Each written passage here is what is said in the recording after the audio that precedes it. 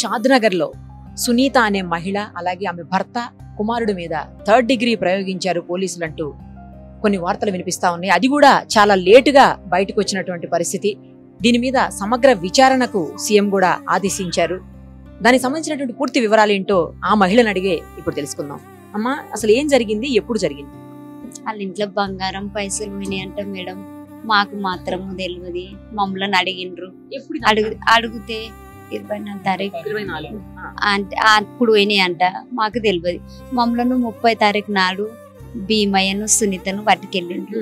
పట్టుకెళ్తే పోలీసులు పట్టుకోయారు. లేడీస్ అసలే రాలేదు. సార్ వాళ్ళే వచ్చిరు ఇంటికి గిట్టంగా. సార్ వాళ్ళే వచ్చి పట్టుకుపోయిండ్రు. పట్టుకుపోయి ఒక 9 దగ్గర అడిగిరు మేడం. తీయలేదని చెప్పినాం మేము. తీయలేదని చెప్పిన నేను. తీయలేదు కాబట్టి తీయలేదని చెప్పినాం. మా ఆయన అట్లా చెప్పిను, నేను అట్లా చెప్పిన, నా కొడుకు అట్లే చెప్పిండు. నువ్వు ఇట్లా చేస్తావా అని అన్నారు. ఫస్ట్ మా ఆయనను కొట్టిరు, భీమయ్యను కొట్టిరు మేడం. భీమయ్యను కొట్టిన తర్వాత భీమయ్య ఇప్పి నాకేసిరు. నా చీర ఇప్పేసిరు, నా లంగా ఇప్పేసిరు. మళ్ళీ నా మగంది సెట్ నాకేసిరు. నా లాగ్ కొనుక్కొచ్చి వేసిర్రు. కొనుక్కొచ్చి వేసి ఇక బద్దనే ఉన్నా మేడం. ఇక అట్లా అని కాలు ఇట్లా చాపి ఆ కాలు కట్టేసిర్రు. వెనకాల చేతులు కట్టేసిర్రు. చేతులు కట్టేసి ఒక లేడీస్ పోలీసు తలకాయ ఇట్లా మధ్యలో అల్లి పెట్టుకొని తలకాయ ఇట్లా పట్టుకుంది.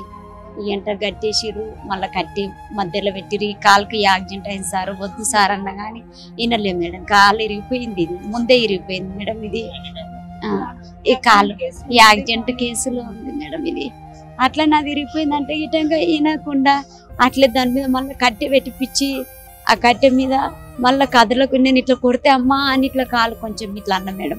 ఇట్లా అంటే కదులుతున్నామంటే అని సార్ వాళ్ళని పిలిచి మళ్ళా అక్కడ ఒకసారి కాలు పెట్టిండ్రు. ఇక్కడ ఆ కట్టె మీద కదలకుండా కాలు పెట్టిరు మేడం ఆ కట్టె మీద. అప్పుడు ఇక నా కాలు ఏం దొడ్డుగున్నాయా మేడం. మీరు చూడండి ఏం చేస్తా, ఇరిగిన కాళ్ళు నేను ఏం చేస్తా మేడం. వద్దా నేను వద్దని చెప్పిన మేడం. ఆల్రెడీ ఇక్కడ ఈ నుంచి ఇంతవరకు ఉంది మేడం. రాడు తీపిచ్చిన మేడం. కొంచెం కొంచెం మంచిగా అవుతుందంటే ఇదంతా వాపు వచ్చింది మేడం. ఆయన అసలు ఆయన ఎందుకు షాద్నగర్ మాత్రం ఉంచొద్దు మేడం. ఏ ఆడపిల్లకు మాత్రం ఇలాంటి ఘోరం జరగొద్దు మేడం అని నేను నరకం అనుభవించాను కాబట్టి ఇంకో ఆడపిల్లకు జరగొద్దని నేను ఇటంగా కోరుకుంటున్నా. మా పిల్లలకు బాబు పాపకు న్యాయం చేయండి మీరే. కానీ నేను మాత్రం అవి తీయలేదని చెప్పిన ఇటంగా ఆయన ఇష్టం. నేను పడిపోయిన దగ్గర నాకు గుర్తుకు లేదు. నేను పడిపోయిన దగ్గర నన్ను కొట్టిపించిండు రామరెడ్డి సార్. నన్ను కొట్టిపించిన కానీ నేను ఏం చేస్తే నేను తీయలేదు. నేను తీయండి, నేను తీస్తాను, నేను ఎందుకు చెప్తా. నేను తీయలేదు. 30 తారీఖు పిలిపించి కొట్టిర్రు మేడం. నన్ను కొట్టిపిస్తే నేను నిజం చెప్తా నేను అంటాను. మళ్ళా నా బట్టలు ఇప్పి మా బాబుకి వేసారు మేడం. మా బాబుకి ఆపరేషన్ అయింది. 2 నెలలు కాలే నా కొడుకు ఆపరేషన్ చేయించి నేను అంతే 9th క్లాస్ చదువుతుంది మేడం. ఈ పిల్లగా నిజం చెప్పాలి. నీ కొడుకు నువ్వు చెప్తలేడు, నీ మొగడు చెప్తలేడు. నీ కొడుకుని అడుగుతామే నిజము అంట అని నా కొడుకుని గిటంగా అడిగి 2 నెలలు గిటంగా కాలే మేడం. ఆపరేషన్ వాష్రూమ్ కరెక్ట్ రావట్లేదు కదంట అని సరే అయితే మన ఏంట అని ఆపరేషన్ చేయించుకొచ్చిన మేడం. సారు ఆపరేషన్ చేయించుకొచ్చిన కొట్టకు సారు పిల్లగాని కొట్టకు సారు అనంటే ఉసిపోతే కుట్లు ఉసిపోతావు ఇవ్వకో ఏమైతుంది నీకు అంటుండ్రు రామరెడ్డి సార్. నేను ఏం చెప్పాలి సారు, నా పిల్లగాడు సారు కొట్టకు సారు మేము తీయలేదు సార్ అని ఎంత మొత్తుకున్నా కానీ నా పిల్లగాని గిట్టంగా కాళ్ళ మీద కాళ్ళు చేతుల మీద గిట్టంగా పిల్లగాని గిట్టంగా టార్చర్ పెట్టి లేదు. లేడీస్ అస్సలు లేరు. లేడీస్ అంతేగాని కానీ నా అవస్థ చూడలేక లేడీస్ పోలీస్ వెళ్ళిపోయింది మేడం. నేను ఆమెను చూడను, ఆమె తీయలేదు అని చెప్పినప్పుడు మీరు వినాలే కదంట సార్ వాళ్ళనే కోపం అయింది మేడం. కానీ ఆ మేడం నన్ను ఒక్కసారి గిటంగా ఇట్లా కొట్టలే మేడం. నేను పట్టుకొని గిటంగా ఆమెను పాపం ఆమె అంతగానో మరుసుంది వదిలిపెట్టండి ఆ మేడం. మేడం చెప్పింది కానీ అది వాళ్ళు వదలలే మేడం. 5 మంది అంటే 8-9 నుంచి 2 గంటల వరకు అక్కడనే నైట్ మేడం. ఉదయం కాదు, నైట్ తీసుకుపోయారు. 2 గంటల వరకు పోలీస్ స్టేషన్ లోనే.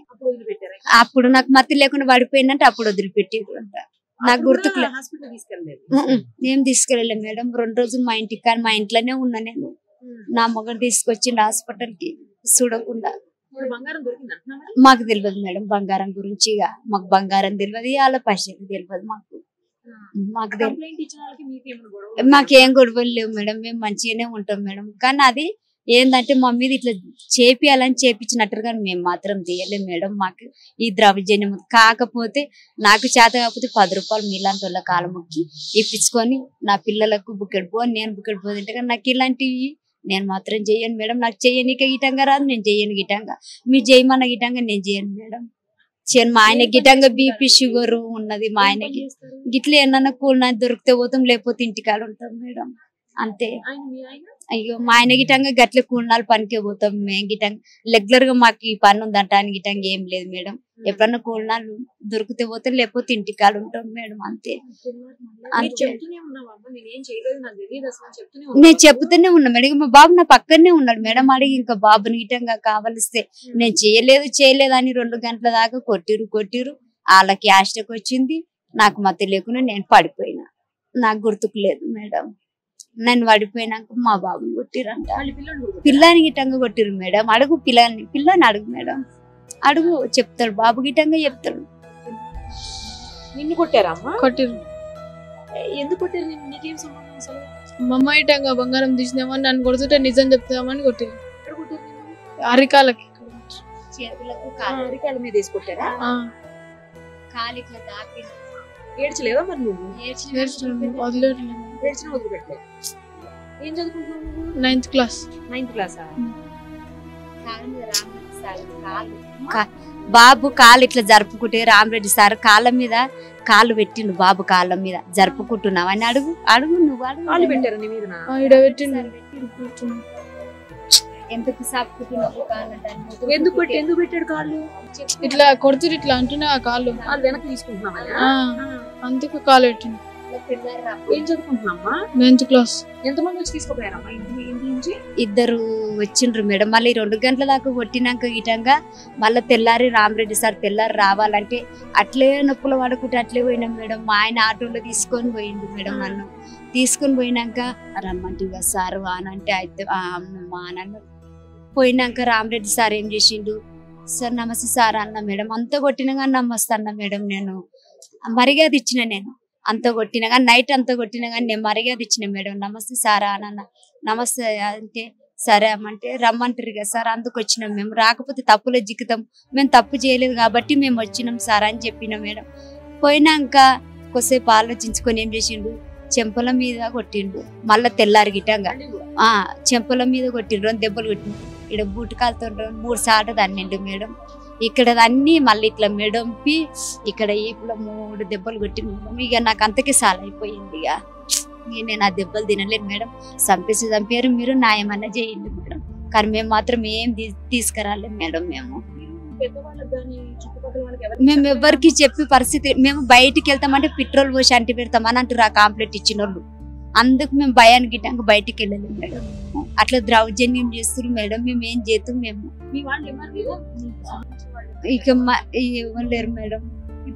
ఇప్పుడే వచ్చిర్రు మా వాళ్ళకి. ఇప్పుడు టీవీలలో ఆడేడ చూసి తెలిసిందంట, చూసి వచ్చిర్రు మేడం. ఇప్పుడు మా వాళ్ళు ఈయనకి ఎవరు లేరు, ఆయనకు అక్క జిల్లాలు ఎవరు లేరు. 2 అన్నలు ఉంటే చనిపోయారు. ఆయనకు పిల్లానికి చూపిలే మేడం. గట్లే తీసుకో అంటే భయపట్టింది బాబు గిట్టంగా. ఇక మీరే న్యాయం చేయండి మేడం. మేమైతే తీయలేదు, మాకు సంబంధం లేదు. అది తీయని దానికి ఇన్ని శిక్షలు అనుభవించినాం మేము. నువ్వు ఎక్కువ అడగాలన్నా కూడా కష్టంగా ఉంది నాన్న, నాకు కూడా బాధగా ఉంది. బట్ నిన్ను కొట్టడం ఏంటి అనేది అసలు నాకు అర్థం కావట్లేదు. చిన్న పిల్లోని ఎట్లా కొడతారు? పెద్దవాళ్ళనే కొట్టకూడదు, పోలీసులు అసలు ఎవరిని కొట్టకూడదు. అలాంటి నిన్ను కొట్టారంటే నాకు ఏం అర్థం కావట్లేదు. వద్దంటాడు, అట్లనే కొడుతున్నాను. నువ్వు చెప్పినా వద్దు కొట్టొద్దని చెప్పినా, అయినా అట్లనే పోలీసు వాళ్ళు కూడా వద్దని. ఆ రామరెడ్డి సార్ కొట్టుండే ఏం కాదు అంటున్నాను. అంత పగ ఎందుకు మేడం మా మీద? చెప్పు. మా చుట్టమా, మా పట్టమా, మాకేం అవసరం? ఆ సార్ మేము ఎప్పుడన్నా కొట్లాడుకున్న వాళ్ళమా? మాకేం అవసరం మేడం? మీ డ్యూటీ ఉంటే మీ డ్యూటీలు గిట్లా ఏమో మేడం, మాకు తెలియదు. మాకు తెలియదు మేడం.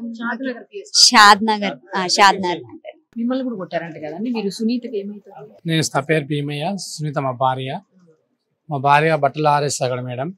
అక్కడ ఆరేసిన బట్టలు తీసుకురానికి వెళ్ళింది. అక్కడ బంగారం వాళ్ళే తెచ్చి పెట్టారు మేడం. తెచ్చి ఇంటి పైన ఉన్నారు. ఇంటి పైన ఉండి అబ్జర్వ్ చేస్తారు. అబ్జర్వ్ చేస్తుంటే కవర్ కనిపిస్తే వాళ్ళు ఇట్లా పెట్టిరని నాకు చెప్పింది. చెప్తే వాళ్ళకి చెప్పే లోపల వాళ్ళు పైకి వచ్చి ఆ కవర్ పట్టుకుని బంగారం కవర్ పట్టుకొని వచ్చి కొడుతుంటే ఎందుకు కొడుతున్నావు అంటే ఇట్లా ఏమైనా పెట్టి ఇట్లా వస్తుందంటే పెట్టేసి అట్లే పట్టుకోవచ్చు కదా, ఎందుకు కొడుతున్నావు అంటే అడిగాను. అడిగితే లేదని కొడుతుంటే కల్లా పక్క వాళ్ళు ఎవరో ఫోన్ చేసారు పోలీసు వాళ్ళకి. చేస్తే అప్పుడే అట్లా వచ్చేసారు. అటాచ్ తీసుకొని వెళ్తూనే ఉన్నారు. నన్ను కూడా మా భార్యను తీసుకెళ్ళి 9 గంటల దాకా కూర్చుని పెట్టారు.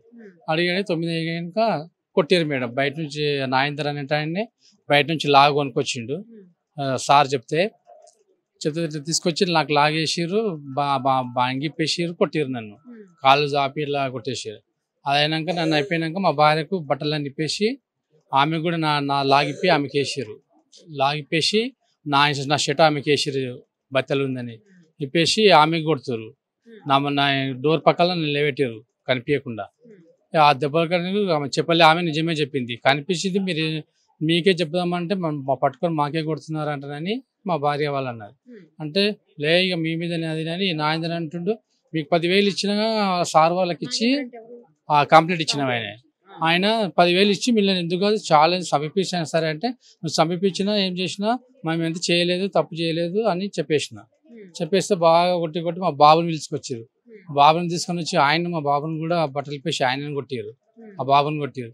వాళ్ళ అమ్మమ్మలో కొడితే వాడు అట్లే చెప్పేసి మా అమ్మ చేయలే, మా డాడీ చేయలే, మా డాడీ నాకు షుగరు బీపీ అన్నీ ఖరాబ్ అయినాయి మేడం, నేను ఇంటికి వెళ్తే బాగాలని నేను ఇంటికానే ఉన్నా అంటే చెప్పేస్తే కానీ వినలేరు. ఇక 2 గంటల దాకా ఆమెను బాగా చాలా కొట్టింది మేడం. ఇది జరిగింది. ఆయన మీద యాక్షన్ తీసుకోండి జర మంచి. గొడవలు ఏం లేదు, అసలు ఏం లేదు. అంటే వాళ్ళ కొంచెం పక్కన కొంచెం దూరం అవుతుంది మేడం. మా ఇల్లు దాటేసి వాళ్ళ ఇంటికి వెళ్ళిపోతాడు ఆయన. అట్లా ఉంటుంది ఆ రోడ్డు. అట్లా అక్కడికి మా భార్య ఆర్ఎంపీ డాక్టర్ కందివనంలో చిన్నగా పెట్టుకుంటే హాస్పిటల్. ఇట్లా సాయంత్రం పూట వచ్చి ఇట్లా జ్వరం వచ్చిన వాళ్ళకు పోతే గోళీ మందులు అవి ఇస్తుంటాడు. అంతే మేడం. వాళ్ళన్న ఫస్ట్ వీళ్ళన్న సార్ చెప్పు అన్న అవుతారు. అయితే ఏం జరిగిందంటే ఇట్లా పక్కింట్లో బంగారం పోయినాడు. బంగారం పోతే ఏమైందంటే వాళ్ళది ఒక రూము పడవాడి ఉంటుంది, ఆడ వేసిరంట. ఆడ వేసిరంట. వేస్తే ఏమైందంటే అది కొద్దిగాల బట్టలారేనికి పోయిందంట. బట్టలారేనికి పోతే ఏమైందంటానంటే ఆడు ఉన్నదంట. ఆడుంటే ఏమైందంటానంటే వాళ్ళు మిద్దె పైకి ఎక్కి చూసుకుంటున్నారంట. చూసుకుంటుంటే ఈమె తీసుకుందా ఏం చేస్తుందంట, అక్కడ ఇక్కడ బెదిరి చూస్తుందంట అని ఊరుకొచ్చి పట్టుకున్నారు. పట్టుకొని ఆమెను 2-3 దెబ్బలు కొట్టిరంట. ఇది వాళ్ళన్న వాళ్ళ చెల్లెలు. కొట్టినాక మళ్ళీ ఇమ్మీడియట్గా పోలీసులు వచ్చారట. వచ్చినాక ఏమైంది పట్టుకుని పోయి కొట్టిరట లోపల. వేరే వాళ్ళ ఇల్లు. వచ్చినాక చూస్తే వాళ్ళ పరిస్థితి ఎట్లున్నదంటే కొడితే ఆమె మీదికి కూడా లేచలేదు మేడం. మీదికి కూడా లేకపోతే ఆయనకు బాగానే దెబ్బలని. ఆ బాబుకు ఆపరేషన్ అయింది. ఆ చిన్నపిల్లానికి 3 నెలల ఆపరేషన్ అయ్యి మూత్రం బంద్ అయితే ఆపరేషన్ చేసారు. ఆ బాబు అట్లా చెప్పంగా కూడా వినకుండా కొట్టిరాడు. అదే అంత కొట్టినాకనే మమ్మల్ని విలువనంటు సార్ మాకు ఫోన్ చేస్తేనే మేము వచ్చినాం మేడం. నేను నా కొడుకే, నా బిడ్డనే కొట్టి ఆడ వాడేసినాకనే మేము వచ్చినాము. మాకు తెలియదు. ఇక ఆపరేషన్ అయింది, కాలు ఇరిగింది, రాడ్ వేయించుకున్నాం అంత అయింది. ఇప్పుడు మంచిగా జ్వరం ఒక కాలు మీద ఇంత ఇండ్లలోకి ఇంత పని చేసి ఇంత 10 రూపాయలు తెచ్చి పెడుతుండే. ఇప్పుడు ఆయనతో మీదకి లేకుండా చేసిండ్రు.